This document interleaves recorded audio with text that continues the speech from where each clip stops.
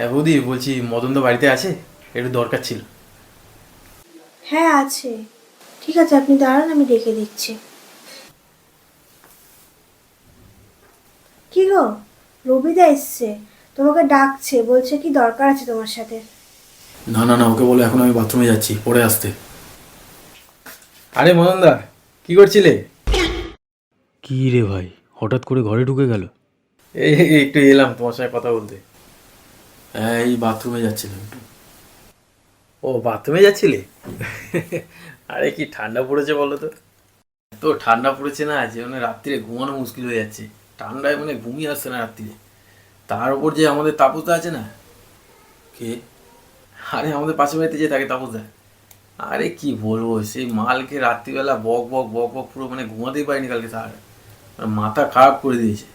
মানে আমি পুরো একা একটা 750 একা খাবে। মানে আমি কতবার বলেছি ভাই, সহ্য যখন করতে পারিস না, একা একটা 750 খাস না, আমাকে ডেকে নিবি, হাফ হাফ করে শেয়ার করে নেবো। সে শোনে কার কথা, ও নিজেই খেয়ে নেবে একা, কাউকে দেবে না দাও। আর মানে উল্টো পাল্টা বক বক সারাক্ষণ মাথা চেটে নিয়েছে পুরো। ধর না, আমি শুনে কি করব? কি বাবু, কি খবর? খেলাধুলা ভালো করে হচ্ছে তো? হ্যাঁ কাকু। হ্যাঁ মাঝে মাঝে পড়তেও হবে কিন্তু। হ্যাঁ মাঝে মাঝে পড়াশোনাও করে নি। হ্যাঁ হ্যাঁ, মাঝে মাঝে পড়লেই হবে। ভালো ভালো। ও শুনলাম নতুন নাকি ভাড়াটা বসিয়েছো নিচে? হ্যাঁ, ভালো করে সব খোঁজখবর নিয়ে রেখেছো তো? কারণ আজকালকার যা অবস্থা, লোকের কখন কে চোর চিটিং বাজ ঘুরে ঢুকে যায়। ভালো করে সব দেখে নিয়েছো তো? আধার কার্ড ফাধার কার্ড মানে সব জমা নিয়ে রেখে দিয়েছো তো? হ্যাঁ, সব দেখে নিয়েছি। হ্যাঁ হ্যাঁ, ভালো করেছো। আচ্ছা বলছি মোহনদা, এই যে কারণে এসেছিলাম, বলছি একটু তোমার বাইকের চাবিটা একটু দাও না। এই বাজারে যাওয়ার ছিল। আরে আমার কি বলবো, বাইকের পুরো তেল শেষ হয়ে গেছে। বাইকটা বার করতে যাবো, দেখি তেল শেষ হয়ে গেছে। এই কিছুদিন, এই এক সপ্তাহ আগে তেল বহালাম, তার মধ্যেই তেল শেষ। মানে এমন অবস্থা হয় না মাঝে মাঝে। দাও না একটুখানি বাইকের চাবিটা, একটুখানি বাজার থেকে চলে আসবো, এক্ষুনি চলে আসবো। বাইক দিয়ে? না না, আমাকে তো এক্ষুনি বাইক নিয়ে বেরোতে হবে তো। আমি তো বেরোচ্ছিলাম এক্ষুনি। আরে তুমি তো বলছিলে বাথরুমে যাবে এক্ষুনি। হ্যাঁ, বাথরুমে যাচ্ছিলাম, কিন্তু আমার এই মনে পড়ে গেল যে আমাকে একটু ব্যাংকে যেতে হবে। এই নইলে ব্যাংক বন্ধ হয়ে গেলে মুশকিল হয়ে যাবে, খুব ইমার্জেন্সি কাজ আছে একটা। ও বাবা, তোমার এখনই যেতে হবে? না এখনই বলছিলে না যে বাথরুমে যাবে? হ্যাঁ, সে আমি এসে বাথরুমে যাব। ও, কি করি বলো তো এবার, মহা মুশকিলে পড়ে গেল। হ্যাঁ, সে বুঝতে পেরেছি, কিন্তু আমাকে এক্ষুনি বেরোতে হবে। কি করি বলো তো, মুশকিলে পড়ে গেলাম। বাইকে মানে একদম তেল নেই। আচ্ছা বলছি মোহনদা, শোনো না, বলছি একটু 1000 টাকা দাও না তাহলে, আমি তাহলে একটু পেট্রোলটা ভরিয়ে নিই। আরে আরে রবি, বিশ্বাস করো আমার হাতে একদম টাকা পয়সা নেই, একদম খুব খুব প্রবলেমের মধ্যে আছি। টাকা পয়সা খুব কম আছে এখন। একদম কি বলতো, মাসের শেষ তো, একদম হাতে কিচ্ছু টাকা পয়সা একদম শেষ হয়ে এসছে। তোমাকে আমি চিন্তা করতাম না, 2 দিনের মধ্যে আমি দিয়ে দেবো। একদম টেনশন করার কিছু নেই, 2 দিন পরেই আমি দিয়ে দিচ্ছি। আরে সেটাই তো, আমারও তো মাসের শেষ বলে আমার হাতেও টাকা পয়সা একদম নেই, বিশ্বাস করো। ও হবে না? একটু দেখো না একটুখানি, যদি হয় একটুখানি, খুব মানে ভালো হতো মোহনদা। একটু দেখো না, দেখো না। আরে কি বলতো, বাইকটা নিলে বেরিয়ে করতে পারবো না। এই রাত্রে একটু আড্ডা ফাড্ডা মারতে যাওয়ার আছে, সেটাও হবে না। দেখো না একটু, দেখো না, যদি একটু হয়ে যায় একটুখানি, খুব ভালো হতো। আমি তোমার চিন্তা করতে হবে না, আমি তোমাকে 2 দিন পরে আমি দিয়ে দেবো একদম। একদম কোনো চিন্তা করার কোনো ব্যাপার নেই। ঠিক আছে, আমি 1000 টাকা দিতে পারবো না, আমি 500 টাকা দিচ্ছি। 500 টাকাই আছে, 500 টাকা দিতে পারি। আচ্ছা আচ্ছা, হ্যাঁ হ্যাঁ, কোনো অসুবিধা নেই, 500 টাকাই দাও, ঠিক আছে ঠিক আছে, হয়ে যাবে। কিন্তু আমাকে 2 দিনের মধ্যে কিন্তু দিয়ে দিতে হবে, আমার কিন্তু খুব মানে প্রবলেম হয়ে যাবে নইলে। হ্যাঁ হ্যাঁ, কোনো অসুবিধা নেই, চিন্তা করার কিছু নেই, 2 দিনের মধ্যেই দিয়ে দেবো, আমার কথা তুমি জানোই। ধরো। আচ্ছা মদন দা, ঠিক আছে, আসছি তাহলে। ঠিক আছে। হ্যাঁ হ্যাঁ।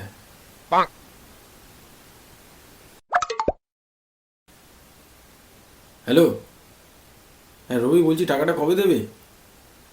আরে তুমি বললে 2 দিনের মধ্যে দিয়ে দেবে, 5-6 দিন কেটে গেল, আবার 2 দিন? আরে এরকম বললে হবে না, আমি কিন্তু কালকেই টাকাটা চাই। না না, আমাকে কালকেই টাকাটা দিতে হবে, আমার দরকার আছে। তোমাকে বললাম আমার মানে প্রবলেম হয়ে যাবে। না না না, তুমি আমাকে কালকেই দিও, রাখছি আমি।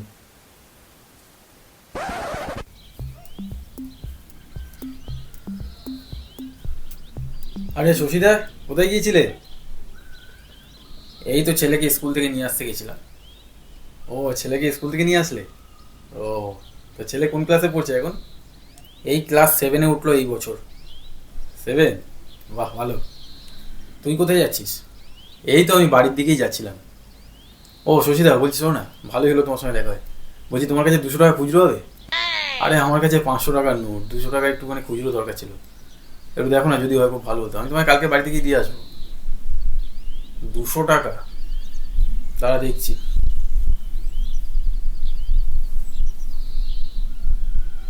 এই নে। হ্যাঁ হ্যাঁ, আমি তোমায় কালকে বাড়ি থেকে দিয়ে আসবো, ঠিক আছে? চিন্তা করার কিছু নেই। হ্যাঁ ঠিক আছে ঠিক আছে। ও আচ্ছা, শোন না, বলছি কি, ওই মদনের বাড়ি তো তোর বাড়ি যাওয়ার পথেই পড়ে তো? মদনদা? হ্যাঁ, মদনদার বাড়ি তো আমার বাড়ি যাওয়ার পথেই পড়ে। কেন, কি হয়েছে? হ্যাঁ বলছি, দাঁড়া। এ বাবু, রনির বইটা দে তো। বলছি শোন না, এই তুই মদনের বাড়ি তো যাওয়ার পথেই পড়বে, তো তুই ওর ছেলেকে একটু এই বইটা দিয়ে দিস তো। আমার ছেলে নিয়েছিল ওর ছেলের থেকে। আমি আর তাহলে ওই পথে আর যাবো না, আমার অন্য একটা কাজে যেতে হবে। আজকে এই বইটা দিতে হবে, ওই জন্য বলছিলাম। বই? আরে না না, শোনো না, বলছে আমি মদনদার সঙ্গে কথা বলি না, ওদের বাড়িতে যাই না আমি। কেন, এমনি সময় তো অনেকবার যাতায়াত করতে দেখেছি ওদের বাড়িতে, এখন না যাবার কি আছে? আরে না না, ওদের বাড়িতে যাতায়াত করবো? মাথা ব্যথা খারাপ আছে। আরে আমার থেকে কিছুদিন আগে কিছু টাকা ধার নিয়েছিল, ওই টাকাটা বারবার চাইতে যেতে হচ্ছে। কবে ধার নিয়ে বসে আছে, টাকাটা দিতেই চাইছে না। বাধ্য হয়ে মানে যেতে হচ্ছে ওদের বাড়িতে, কি করবো? আরে মদনদার মতন চামার লোকের সঙ্গে কেউ কথা বলে? ফালতু লোক একটা, মানে কথাবার্তা তো মানে একদম মানে বিটকেল টাইপের কথাবার্তা। আর মুখ দেখলে তো পায়খানা পেয়ে যায়। আরে যেদিন যেদিন ওনার মুখ দেখেছি, পায়খানা পুরো একদম পরিষ্কার হয়ে গেছে আমার।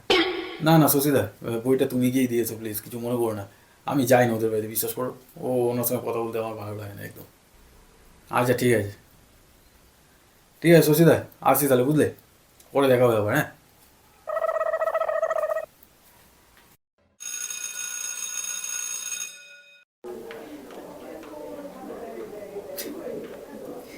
এই জানিস তো, রনির বাবার মুখ দেখলে নাকি পায়খানা পরিষ্কার হয়ে যায়। এই আমার বাবার ব্যাপারে উল্টো পাল্টা বলছিস কেন রে? এই আমি বলছি না, বিশ্বাস কর।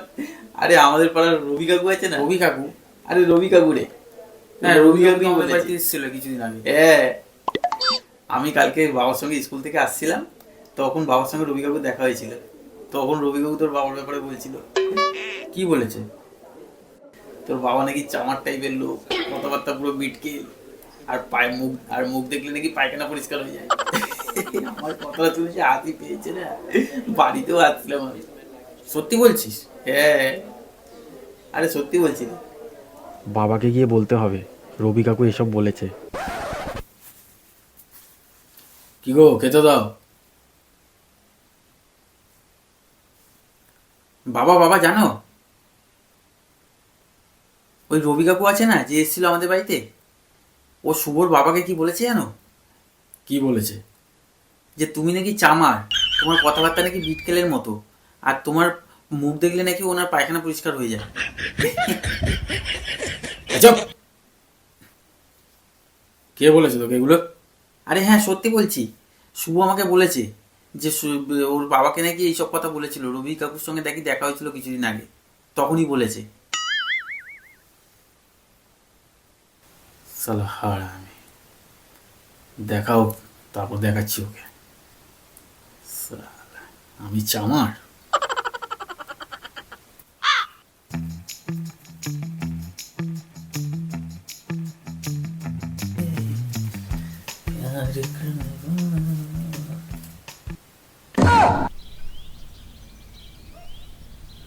এই রে, মদনদা দেখতে পেয়ে গেল।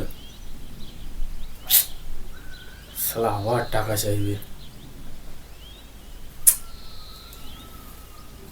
আরে মদনদা, কোথায় যাচ্ছ?